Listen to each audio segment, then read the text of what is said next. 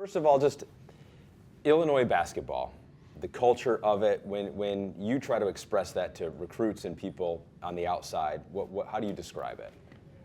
I think we're tough. I think we're a developmental program. I think we take a lot of pride in how hard we work. I think we take a lot of pride in having really high character guys who care for each other. And then we have a saying we've used, everyday guy. And we want people who want to show up and do their job every day and be accountable to the guy to their right and the guy to their left. And that's something that's been very, very good to us over my time there. When you say a developmental program, what does that mean? Yeah, we're going to have a plan for you in the weight room. We're going to have a plan for you nutritionally. We're going to have a plan for you on the court to take your weaknesses and make them strengths, or at least not weaknesses. We're going to have a plan for you in the academic arena, and we want to develop that 18-year-old who might come to us, or no matter what age he is, and help him become a little bit better in his time there. And we talk about it. It's the basis of our recruiting model is developmental, getting guys better, and we've got a lot of resources to help do that, and it's something we're excited about. So, such a great season last year, and then you lose your top 3 scorers, and so you have to rebuild the team, and you have done that. Tell me about that process and how you went into this offseason and remaking this team. Yeah, we got to go back a year because we were very old, and we were very intentional in doing that with the addition of 3 grad transfers a year ago.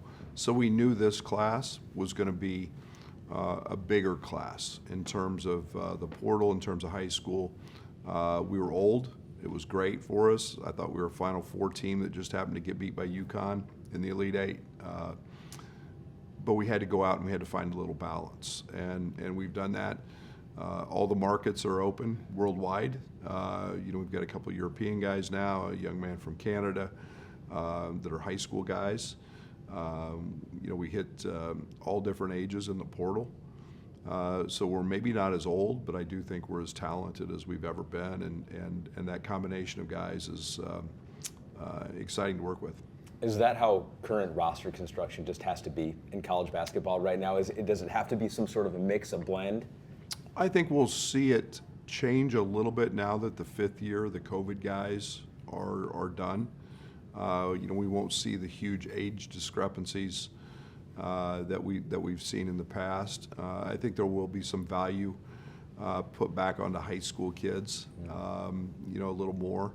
But again, I think it's we're in a world where we hope when we get to the revenue sharing piece and all that settles in that there'll be some more consistency in terms of guys not leaving as often and guys not leaving as much, and we'll see. But you're going to have multiple guys every year. At this level, you're going to have guys declare for the draft.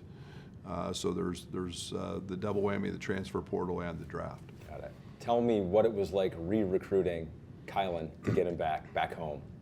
We've gotten pretty good at re-recruiting.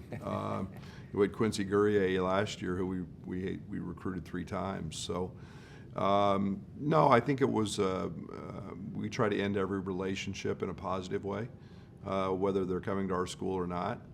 And obviously his comfort level with Champaign-Urbana, having grown up there, his family there. I think that we offered a style of play that was something he was excited about, that he felt he could be very, very successful in, and that we're winning. And he came from a very successful program, and so I think it was just a very good marriage, one that fit, and helped him become very comfortable along the way. What excites you most about this year's team? Boy, it's so early. I think we're pretty talented. I think this is a group that we were intentional in terms of recruiting positional size and shooting. We're a team that we obviously played a little different than most last year. We'll continue that, but we can be very, very big. I like our depth. Now it's early, but we're a team that we'll have to continue to grow. I think our ceiling is higher than maybe we've had, but I do think we've got a very hard schedule early. We did that for a reason. And I think there'll be some ups and downs, but I think this team has the ability to stair-step every month and just continue to get better and not plateau because our talent level is pretty good. When you look at what you're up against in the Big Ten, the traditional powers each and every year, and now you've added 4 new schools, how much more competitive do you think that the conference got? Much. Yeah. The league's really good. Yeah. It's been really good. It's been the best in the country, in my opinion. When you start factoring in coaches, players, pros, fans, arenas, venues, I don't know how you get any better, and we just made it better. UCLA, obviously, their history, the job Dana's done at Oregon.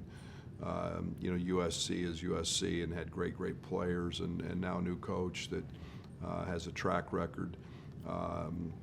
What you've done at the University of Washington, the history of their program, we've just made it better. And that's a scary thing from our seat, but I think that's what we all signed up for. We all want to be the best and play against the best, and we get to do that in the Big Ten. And yeah, we go coast to coast, and that's, to me, that's exciting. That's one of the challenges of competing. So what do you think, looking into your crystal ball and into the future, what would have to happen for Illinois to end the season on top of the Big Ten?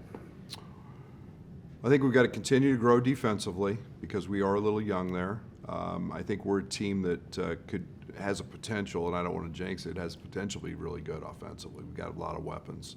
That has to continue to grow. I think we can score in a lot of ways. Defensively, rebounding-wise, I think those are 2 of the things that we're spending our most time on. I think we've identified those as challenges early. But again, we just have to keep taking the steps that come with a natural progression and young guys getting a little more confident. I think all those things are capable of happening. And you talked about Kylan on the court or off the court. What about Kylan on the court? What can he bring for you guys? Kylan and Ty have to provide a lot of leadership. Those are guys that, 55, 60 college games under their belt. They're veterans. Those are guys that have the experience. So not only that, they've got to be the guys that every single day in practice know how to practice. They know how we practice. And they've got to help guide those guys through that. So, there's no off days. When we step across those lines, we have to have every day be productive. And it's those guys' responsibility. Kylan's been there. Ty they've been there. They've got to help those young guys understand the importance of that.